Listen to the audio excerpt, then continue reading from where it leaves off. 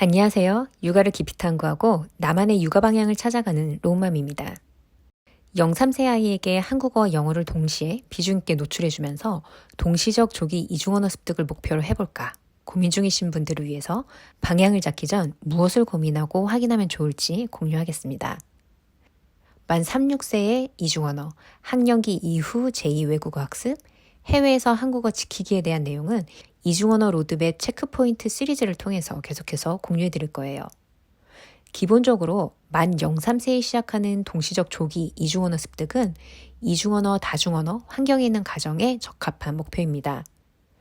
이중언어, 다중언어 환경이란 엄마 아빠의 모국어가 다른 경우 혹은 해외 거주 중이어서 가정과 사회에서 사용하는 언어가 다른 경우를 이야기합니다. 한국에 살고 있고 엄마 아빠가 모두 한국어가 모국어인 경우라고 한다면 순차적 조기 이중언어, 로우맘 내 로드맵은 여기 있고요. 학령기 이후 제2언어 학습이 현실적이고 많이 선택하는 방법입니다.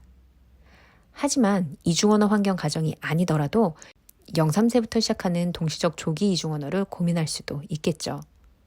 이중언어 습득 시기 분류 1부터 3에 대해서는 로우맘의 유튜브 영상 이중언어 체크포인트 1을 확인해 주세요. 한국에 살면서 동시적 조기 이중언어 습득을 목표로 하는 것은 엄마 아빠의 엄청난 노력이 필요하고요.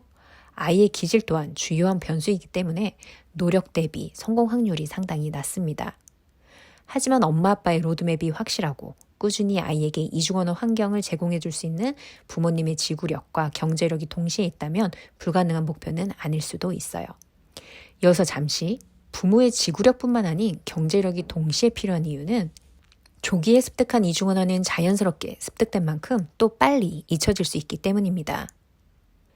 조기에 습득한 외국어를 한국에서 일반적으로 학교 생활을 하면서 성인이 될 때까지 지켜내는 데는 추가적인 환경 조성과 시간이 듭니다. 조기에 습득한 이중언어 유지를 위해서는 그만한 경제적 투자와 이중언어에 투자하는 시간만큼 다른 활동을 포기해야 하는 상황까지도 로드맵에 넣어야 합니다. 물론 아이가 언어에 재능이 있거나 외국어를 너무 좋아해서 스스로 이중언어를 지켜내는 아주 드문 케이스를 제외하고요. 그렇다면 한국에서 동시적 조기 이중언어를 목표로 하기 전에 무엇을 확인하면 좋을까요? 먼저 0, 3세 아이의 언어인지에 대해서 확인을 해보겠습니다. 만 0, 3세 아이에게 두 개의 언어를 동시에 노출해주면 아이의 언어 지각 능력이 발달을 해서 더 많은 의문의 차이를 구별할 수 있다는 장점이 있습니다. 불과 4개월밖에 안 되었지만 이중언어 환경에서 자란 아이가 이미 자신이 접해온 두 가지의 언어를 다른 언어들 사이에서 구별해내는 능력이 있다는 사실이 약 20여 년 전 연구를 통해 밝혀졌거든요. 또한 처음 듣는 언어에 대해서 모노링구얼 환경에 자란 아이보다 더 민감하게 반응하는 모습이 관찰되었고요. 이렇게 뛰어난 언어인지 능력이 0에서 1세, 늦어도 만 3세까지는 살아있기 때문에 다중언어 노출은 빠르면 빠를수록 좋다라는 이야기가 나오게 된 겁니다.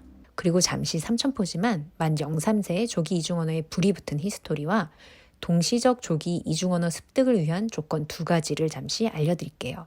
사람은 태어날 때부터 뇌의 언어 습득 장치, Language Acquisition Device를 가지고 태어난다고 1968년부터 주장한 언어학자 노암 촘스키와 언어에 노출되는 것만으로는 충분하지 않기 때문에 주변 집단과의 상호작용이 필요하다라는 언어 습득 지원 시스템, Language Acquisition Support 시스템을 1974년부터 강조한 심리학자 제롬 브루너의 주장 모두 만 0, 3세가 아이의 언어 습득의 가장 중요한 시기라는 사실을 서포트하면서 조기 이중언어에 불이 붙게 됩니다.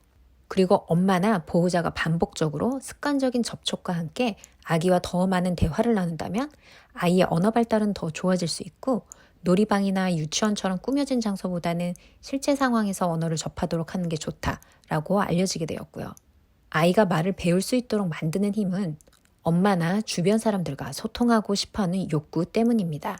만 0, 3세의 동시적 조기 이중언어 습득을 목표로 하는 경우 엄마나 주 양육자가 실생활에서 반복적이고 습관적인 접촉과 함께 대화를 나눠주고 아이가 소통하고 싶어하는 욕구에 잘 반응해주는 것이 두 언어에서 모두 일어나야 합니다.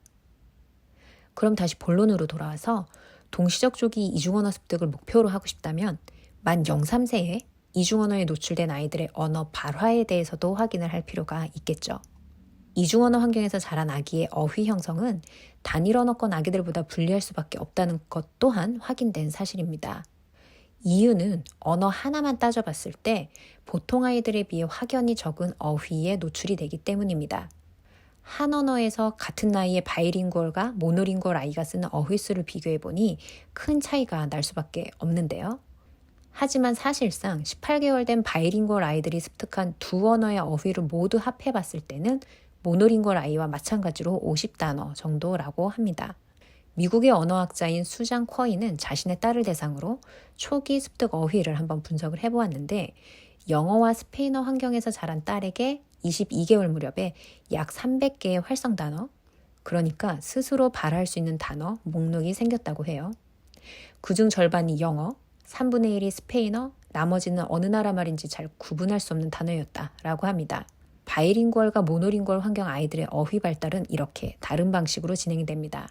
18개월이 되어서 언어 폭발기로 접어들 때 바이링구얼 환경 아이도 모노링구얼 환경 아이도 마찬가지로 어휘 발달의 속도가 붙지만 바이링구얼 아이에게서 두 개의 언어가 발달하는 속도를 비교해보면 차이를 보이는 거죠.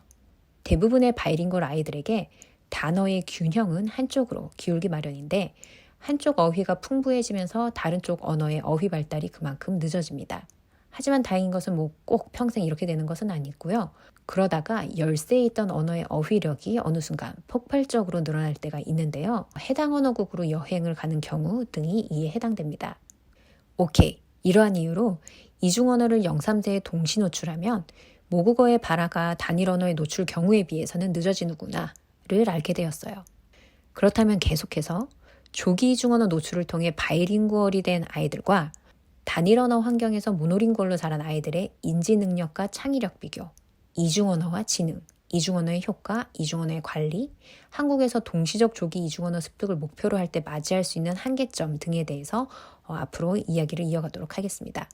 그럼 오늘도 행복한 태교, 즐거운 육아 되시기 바랍니다.